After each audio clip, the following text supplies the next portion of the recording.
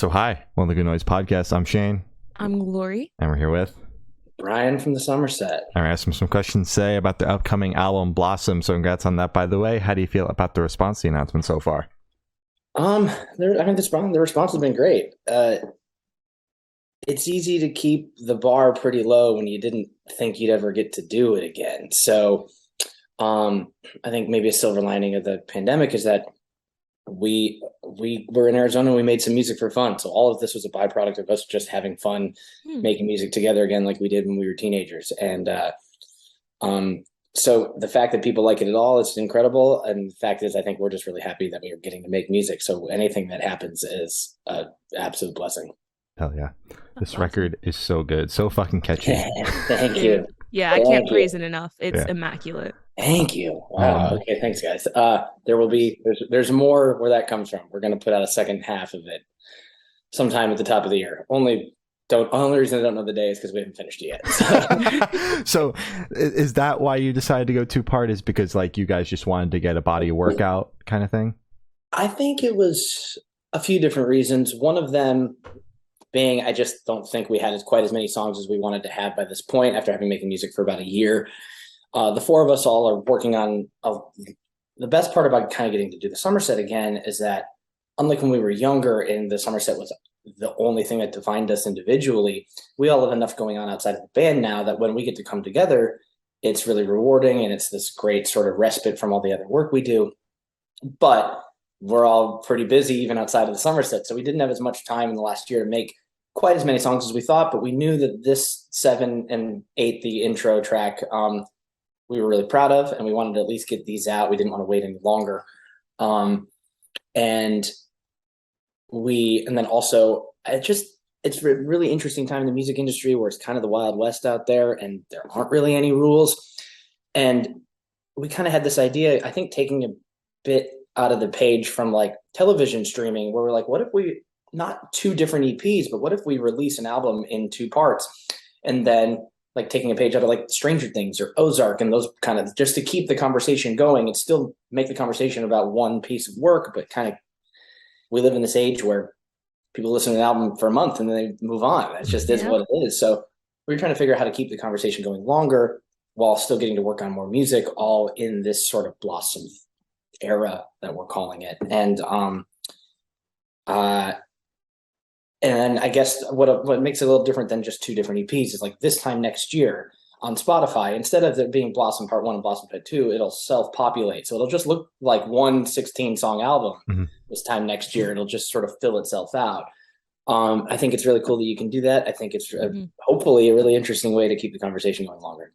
And I like that approach to it because I hate the whole like, let's put out 17 fucking singles and then like the album will come out and there'll be one more left. So I like you guys were like, let's split it up and like 2 different. That's the other thing that's hard for me. Like technically there's only 3 songs left on this part that people haven't heard. And I'm just of the older guard that's like, I want to hear a whole album, be surprised by all of it. But I know that's not the case anymore. So I'm still trying to make sure that there's enough new every single time we release something.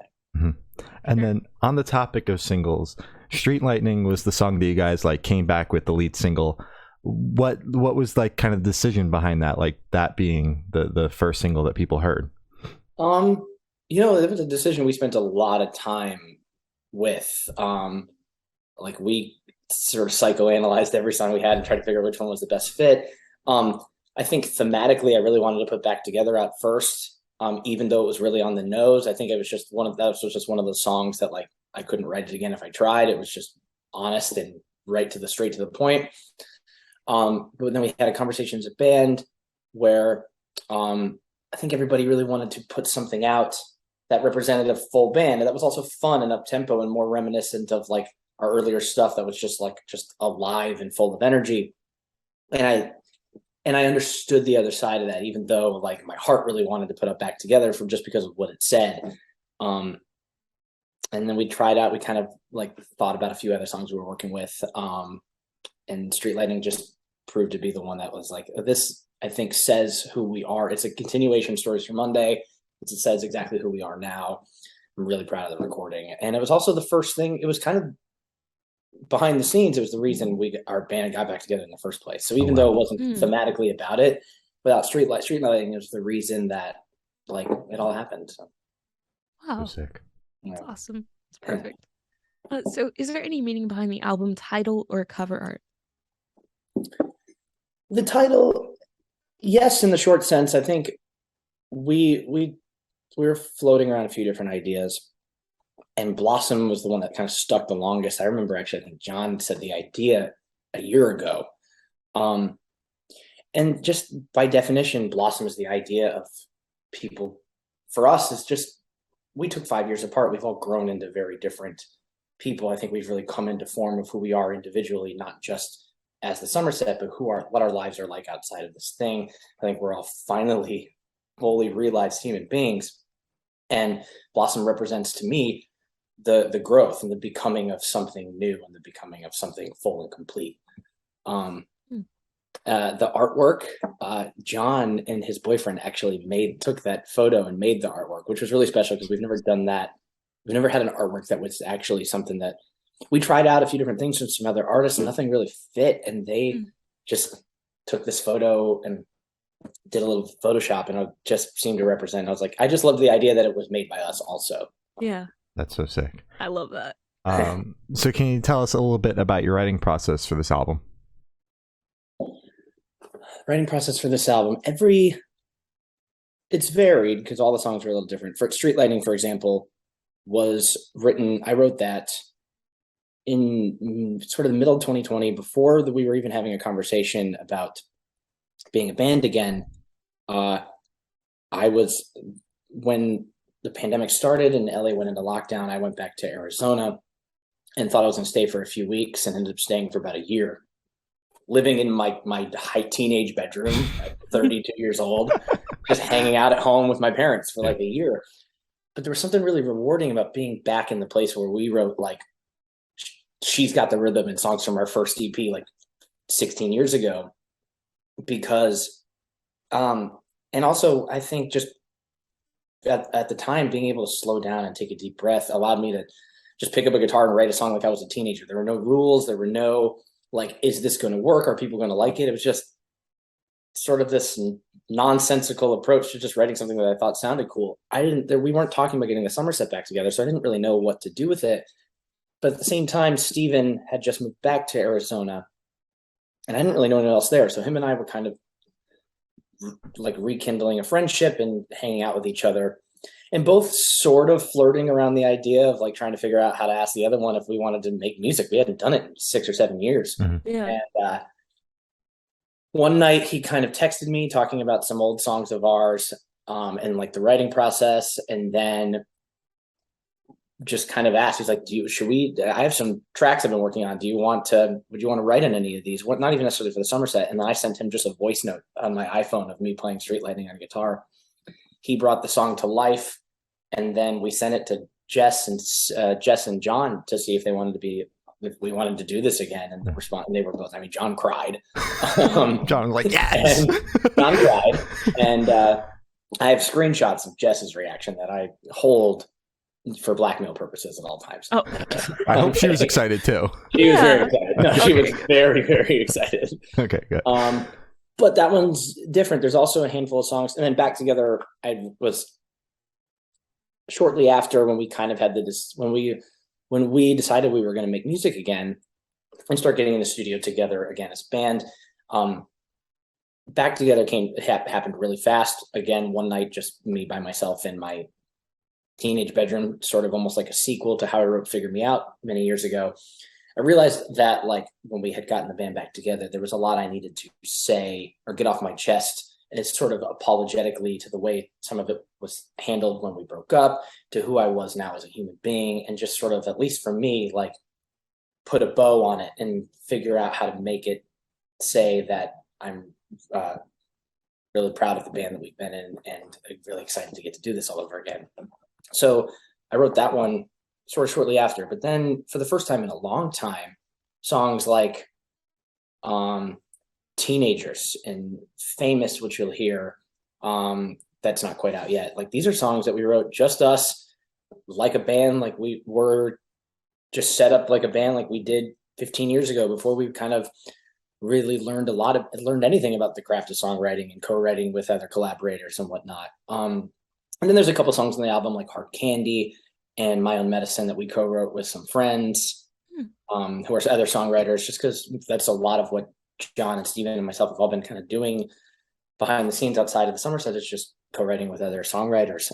And then there's one song particular called FTS, or Fuck That Shit. Let's just be such a good one. Yeah. Thank you.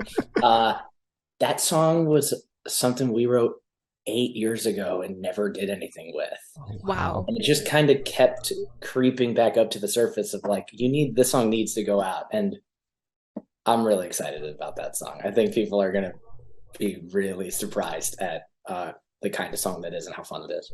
Hell yeah. So the long-winded answer is the process has kind of been different for all sorts of things. And we've had a lot of different processes over the years, but this one, there was a lot at its core of that was just the first time we had just been a band in a room for a long time. You can tell there's a lot of excitement. It's even like it's just radiating off you, like as you're talking about like the writing process and shit. Like you could tell like everybody is stoked to kind of be back at it. Yeah, I think we're really excited again, which is cool. Hell yeah. Mm-hmm. And you actually have 2 features on this album, Travis McCoy and Against the Current. Were they at all involved in the writing process? And also, how did those happen? Against the Current was not involved in the writing process. We had the song Teenagers. We wrote that sometime last year, just the 4 of us at John's apartment. And we just kind of wrote it with one guitar and this sort of hook. And then John and Steven kind of brought a demo of it to life. And we, when it came time to discussing, like, we knew we wanted to put that one out as sort of the first one announcing the album.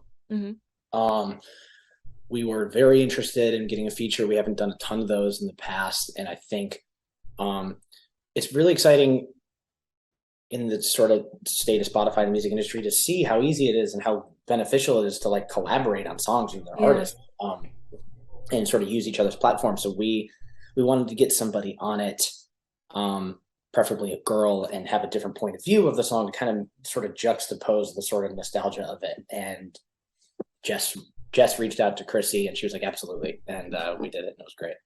And at the time they were going to be on Sad Summer too. So it just made a lot of sense. I like laughed because you guys had announced that song and then like 2 days later they announced that they were dropping off. I'm like, no. I understood why they had to do it. Yeah. We'll get to, at some point, I'm sure we'll get to play that song and Chrissy can come out at some point soon. So she sounds fantastic on the song and it was wonderful to work with. Travis McCoy came together literally so unbelievably last minute that I'm surprised that I'm still kind of trying to wrap my head around it. Like we were supposed to turn that song in. Like we only turned in the final master of that song like maybe a week and a half ago. It was supposed to be turned in a month ago, but we just really wanted to feature. We had asked a few things that kind of had fallen through. Through a Hail Mary to see if Travis would do it. We're friends with his record label A&R, we're very close with. And totally surprised that he said yes. So he wrote his verse on it. So I guess in theory, Travis wrote on that one, unlike Teenagers. But we asked Travis in a Hail Mary with like 3 days to spare. And he did the whole thing in like a day from upstate New York, sent it back to us. We sort of put it all together, decided what it felt like.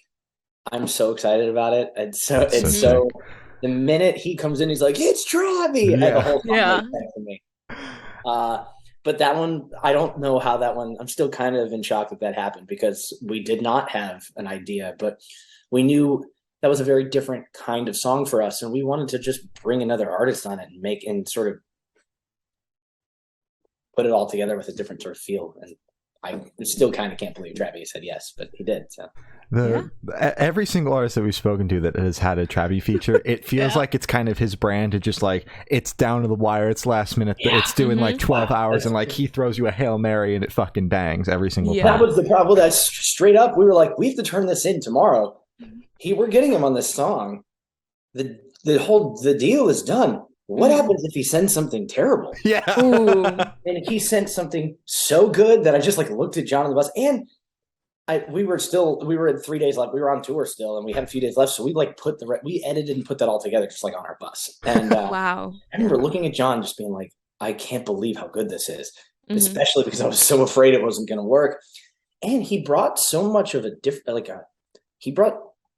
it almost made it was so weird to have the fuck that shit kind of give me this experience where I thought I was going to cry when I heard his verse, because it's so honest. It's so much about how 2020 gave him this moment to sort of reconnect with the music he wanted to make, which is the same for us, about how he struggled with making sure he didn't break his sobriety, which I'm 2.5 years sober. So I just completely understood. I just was not prepared to be completely leveled by a Travis McCoy verse on a song called Fuck That Shit. But I think my favorite part of songs like that is when they kind of hit you at a different emotional core. Absolutely. Oh, for sure. Completely agree.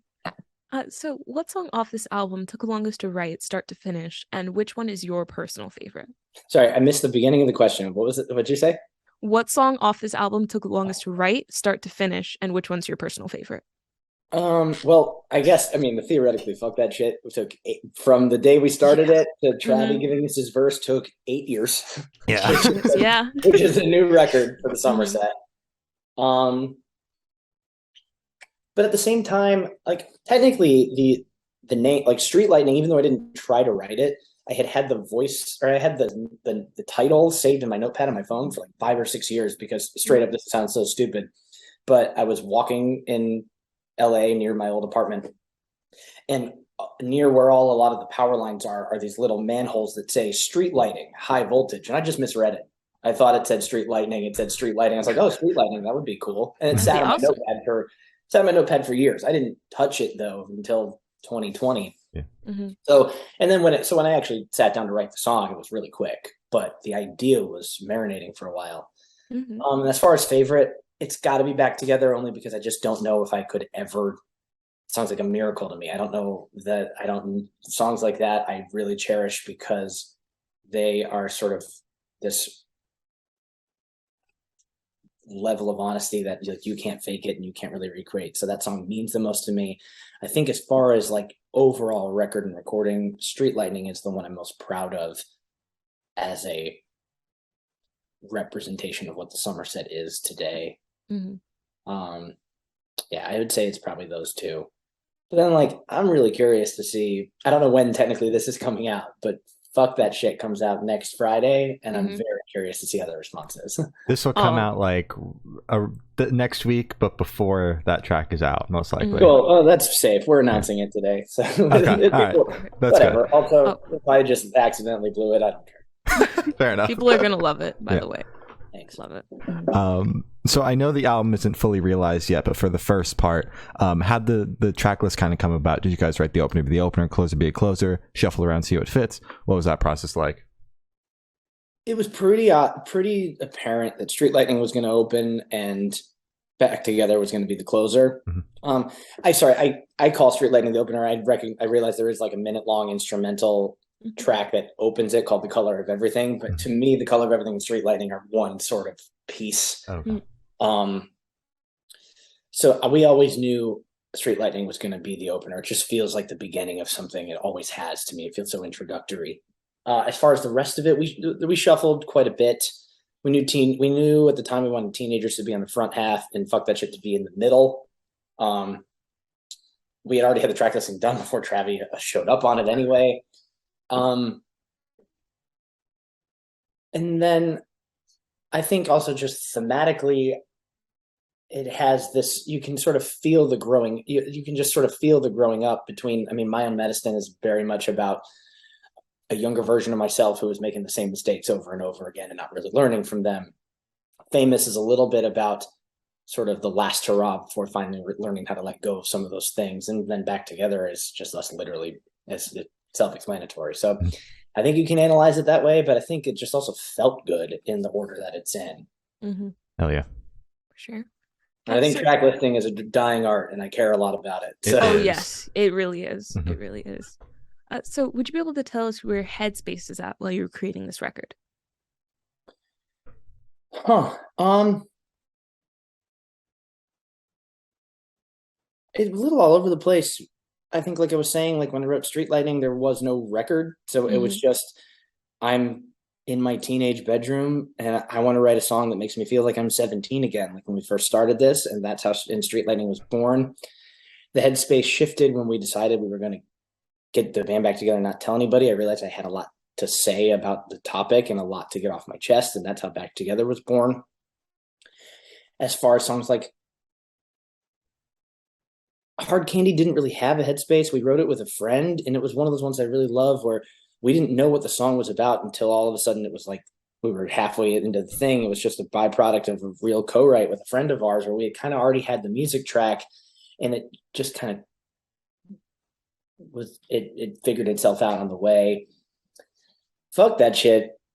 The headspace has shifted because when we wrote it 8 years ago, we were 25, just trying to be like cool and punk and with this sort of attitude. And now I listen to that song and I come from this place of like, I think about the state of the world, and I think about everybody just getting in each other's business. And I just think people should be able to live the life that they want to live as happy as they can. And I hear the song and I hear Travi do his feature on the song, and it reminds me of how far I've come in the last couple of years as a person. I think fuck that shit. It's just about like, I don't know, life is hard enough. Figure out how to be happy and let other people be happy. And that's what fuck that shit is to me. So I've watched this song shift entirely from being this like, fuck you 25-year-old to fuck you if you don't let other people live their life. I love that. That's sick. Oh yeah. So how do you recommend your fans to listen to this album for the first time? Should they do it in the car with friends, in the dark with headphones on? Is it a workout album, party album? What do you personally recommend? It's a car with friends. But I also pretty sure I say that like with every album we've ever made, except Everything's Fine. Everything's Fine is like listen to that and cry in your room by yourself, which is probably why it's not as popular as some of our other ones. I think we're very good at the get in the car with your friends and roll the windows down album. It's almost like that's our test. I mean, quite literally, I remember, and this is not this album, but I'll never forget as long as I live when John and I wrote Lightning in a Bottle, and we were in LA. We had just kind of both moved here, and we literally drove around one night, and that was it for like 4 hours, just listening to the demo of it. We just knew that it was like, oh, this is what this band is. This band is the windows down. This band is the car driving. Absolutely. And that song has held up better than anything we've ever done. So I think we're either always going to be or always should be the roll your windows down band. Roll the windows down with the friends in the car. It's summertime, you're just taking it all in. You're going to the beach maybe, I don't know. And you're just having a good time. That's the kind of band I think we want to be. Oh yeah.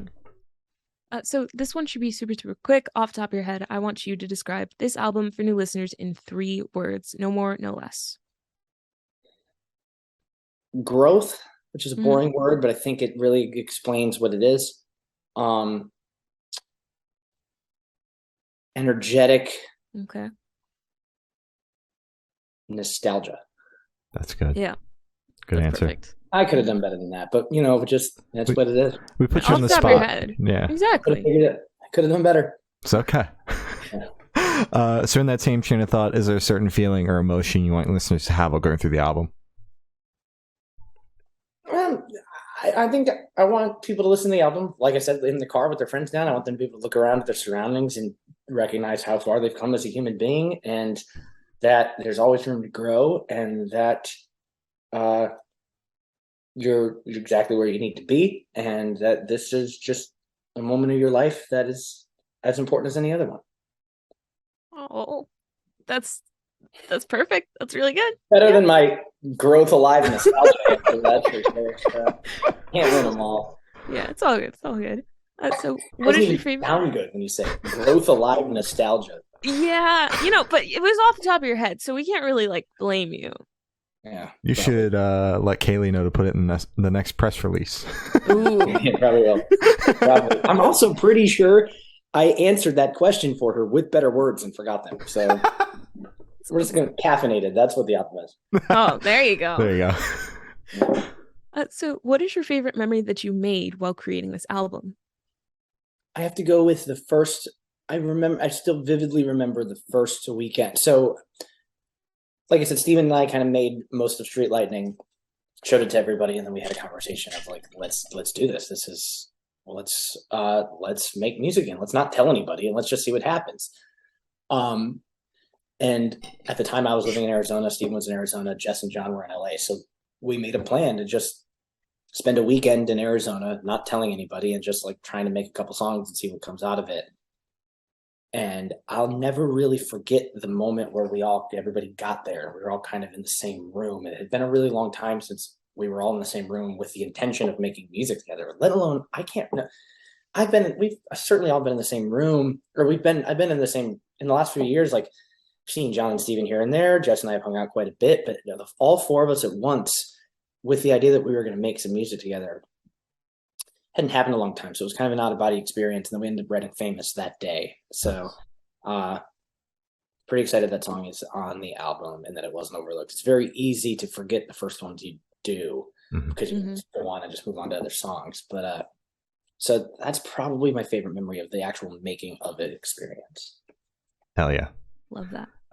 So picture this, you're on tour, you're at a gas station for a rest stop. What is your snack of choice? Probably goldfish. That's good. Yeah, but I've had this this weird development in my life where like I never had a sweet tooth growing up, not of any kind, like didn't like ice cream, like literally repulsed by chocolate, like did not have any form of a sweet tooth at all. Hold on, you're looking at me like this is a bad story, but it has a positive outcome. Okay. I quit drinking about 2.5 years ago, and several months in, all of a sudden found myself like having weird cravings for like ice cream and stuff like this, things I've never wanted in my entire life, and found out.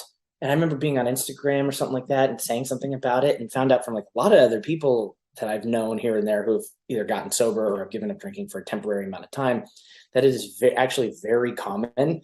Your brain wants to replace all like the glucose and alcohol with sugar. And so all of a sudden I wanted ice cream all the time. This is a long-winded way of saying we just finished our first tour in 6 years. In literally every night, I would like go to a gas station and get some ice cream, things I've never done before. So it's honestly, I think the truthful answer is like if I'm at a rest stop, if our bus pulls up a rest stop in the middle of the night, I'm probably getting ice cream. Fair enough. Ice cream on the rider, ice cream in the bus, ice cream everywhere. All the time. Hell yeah. And what flavor ice cream do you go for? Oh God, I'm all over the map.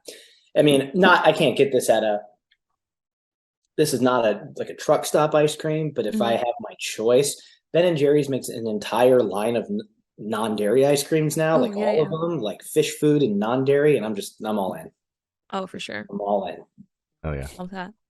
So on the topic of food, if the band was a dish, what dish would the band be and why? We're from Arizona. It would be like some just really hole in the wall authentic Mexican food there used to be a place next door to this venue we'd play that like I don't know if it was the most sanitary place we could have eaten at, but we ate this Mexican place every single like 3 times a week. I would say if you were to describe our band as a whole, it's just Mexican food. Mexican food? Yeah, that's perfect. All right.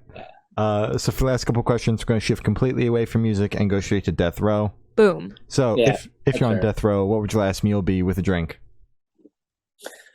If I'm on death row, the drink is coffee, probably. It's got and the drink is coffee. I'd probably eat just like steak and French fries.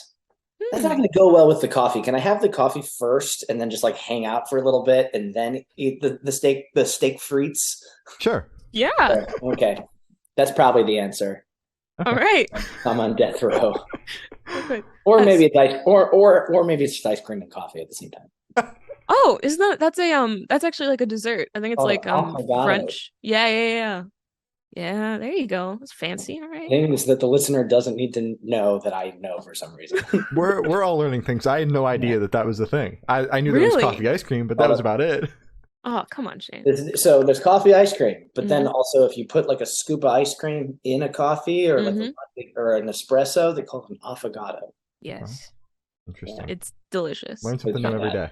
I'm about to have one right now. What time is it? 9:45? Yeah. Oh yeah, that's about time. So if you could live in one fictional world for a week, where would you live? Ooh, God, that's a good question. Thank you. One fictional world for a week?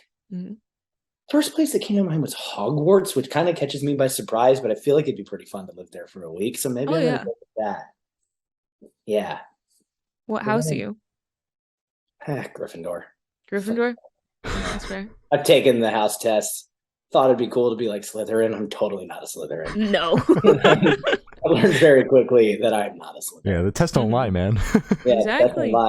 That's a lie. So I have the honor of asking the last question, and every single person that we've spoken to have said that it is the most important question. Oh boy. What's your favorite color? Wow, that's a heavy one. Yeah. It is. I'm leveled by this. It's blue. The shade of blue can vary, but it's like a deep royal blue is that's the favorite color. Nice. Good pick. That's a very good shade. So as I said, that's all the questions we have today. Is there anything that you would like to plug? Blossom, first part out on September 9th. Well, thank you for now. This has been Brian from the Somerset, and we have been the Good Noise Podcast.